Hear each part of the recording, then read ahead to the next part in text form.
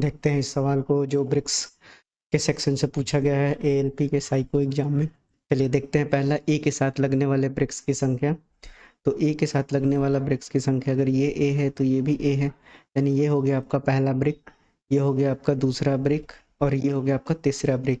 यानी ए के साथ ब्रिक्स की संख्या कितनी है? 3 है। आइए देखते हैं बी के साथ लगने वाले ब्रिक्स की संख्या। तो ये हो गया बी, यानी ये हो गया पहला और ये हो गया आपका दूसरा, यानी 2 ही ब्रिक जो है वो बी के साथ अटैच्ड है, यानी बी के साथ लगने वाले ब्रिक्स की संख्या हो गई 2। आइए बढ़ते हैं सी से देखते हैं ब्रिक्स की संख्या कितनी है। तो ये हो गया आपका पहला ब्रिक्स और ये हो गया आपका दूसरा ब्रिक्स, यानी सी से लगने वाले ब्रिक्स की संख्या कितनी है? 2 है।